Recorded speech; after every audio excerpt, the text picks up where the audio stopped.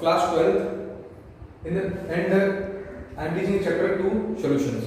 Okay friends, in the previous video I have told you about the concentration terms like molarity. We have read that.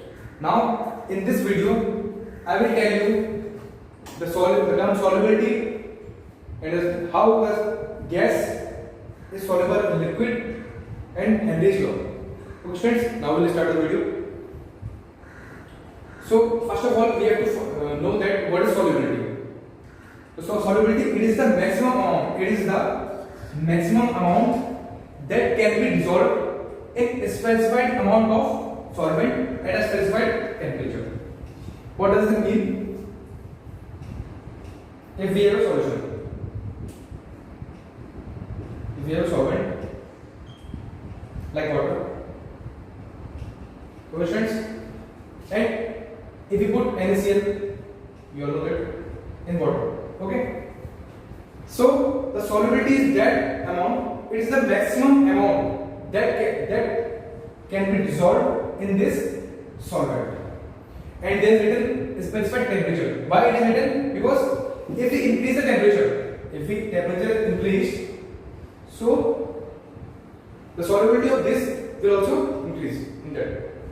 That's why the specified temperature is written. So we all know that what is solubility is the maximum amount that can be dissolved in a specified amount of solvent at a specified temperature. Now we will learn about the solubility of gas in liquid. How the gas is soluble in liquid. Okay, students.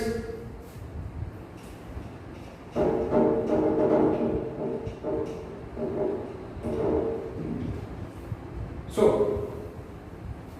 let us take a beaker, in that there is solvent. This solvent. Okay, students. And there is a gas. There is a gas. These are the gas molecules above the solvent.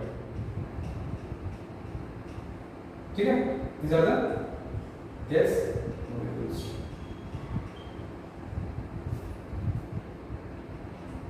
These are the gas molecules. Okay, students. Now, if we apply pressure, okay? If we apply pressure, means P. If we apply pressure, so what will happen? If you apply pressure, these gas molecules will touch the surface and get dissolved. So what we get from applying pressure? So this means that by applying pressure, if the pressure increases, the solubility of the gas in the solvent will increase. That is what this implies, that pressure is directly proportional to solubility. You understand this? If we increase the pressure, these gas molecules will touch the surface of the water and will get dissolved. So what does this show? That pressure is directly proportional to solubility. From this concept only, there is a law comes, Henry's law. What he observed, that if increase the pressure, the solubility will increase. Instead of the solubility, he used the concentration term chi, that is mole fraction. So we can see that if the pressure is increased, the solubility increase, and solubility we have used the term chi. So pressure is directly proportional to chi, mole fraction. So now we will go to the Henry's law.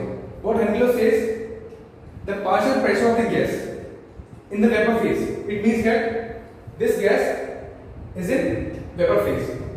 Okay? The partial pressure of this gas in the vapor phase is directly proportional to the mole fraction of this gas in the solution. You understand this? This is what is saying, that the partial pressure of this gas is directly proportional to the mole fraction of this gas in the solution. What does it mean? Pressure is directly proportional to chi. And the pressure of that gas, if you increase the pressure of that gas will be proportional to the mole fraction of that gas in the solution. Okay, students? So if we remove the proportional constant, what will we get? Pressure is equal to Kh into chi. Kh is the proportional constant which is called Henry constant. So what is Kh? Henry's constant. Okay, students?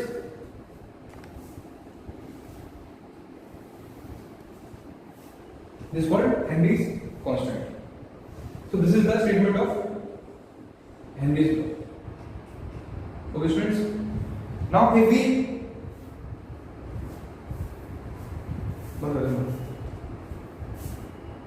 okay, students, in the previous class we have learned the Henry's law. Now we will do a numerical related to the Henry's law. So this is the example number 2.4 in the NCERT book. What is the question? If N2 gas is bubbled through water at 293 Kelvin temperature, how many millimoles of N2 gas would dissolve in 1 liter of water? N2 exerts a partial pressure of 0.987 bar given Henry's law constant for N2. Okay? So what we have to find? First we have to see this. How many millimoles? So we have to find the millimoles of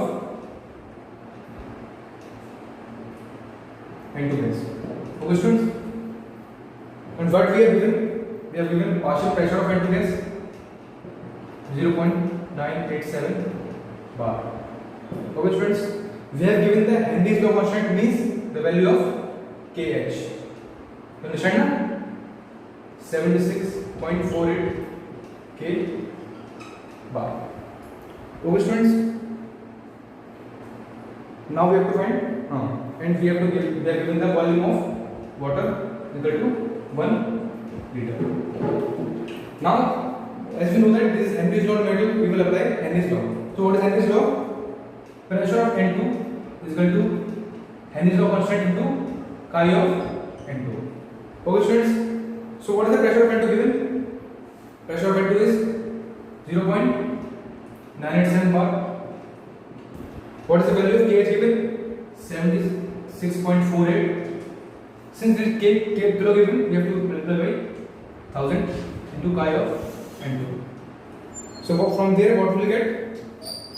Chi of N2 is equal to 0.987 divided by 76480. This will come as 1.29 into 10 to the power minus 5. So what we get? The mole fraction of N2.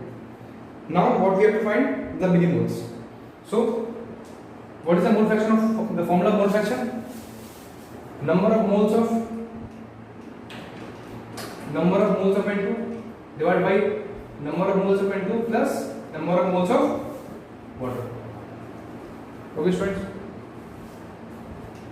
So how we will do? First we have to find the number of moles of nitrogen gas. Now only we can find number of moles of water. So how we will find? What is the formula number of moles? Given mass upon molar mass. Okay, students? So volume is 1 liter. As we all know that the density of water is 1 gram per liter. So we can given as density is equal to mass by volume. Density is given 1 gram per ml. Mass divided by volume is given 1 liter is 1000 ml. So what is the mass? 1000. Mass of water is 1000 gram. Okay. So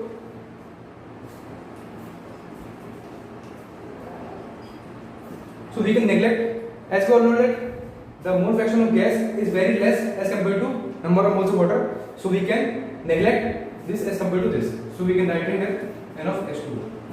So N of N2 divided by N of H2 means 1000 given mass upon molar mass of water is 80.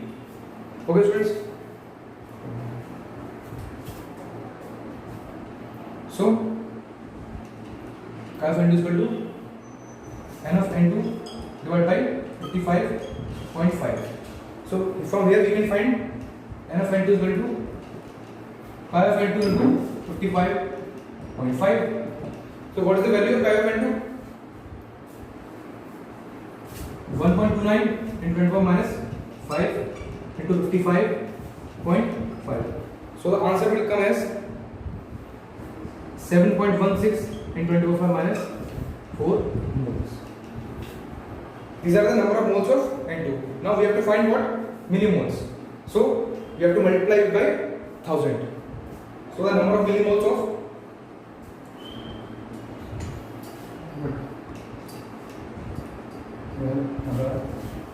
So the number of millimoles of N2 is equal to 7.16 into 10 to the power minus 4 into 10 to the power 3. So this will come as 0.716 millimole. This is the millimoles of the answer.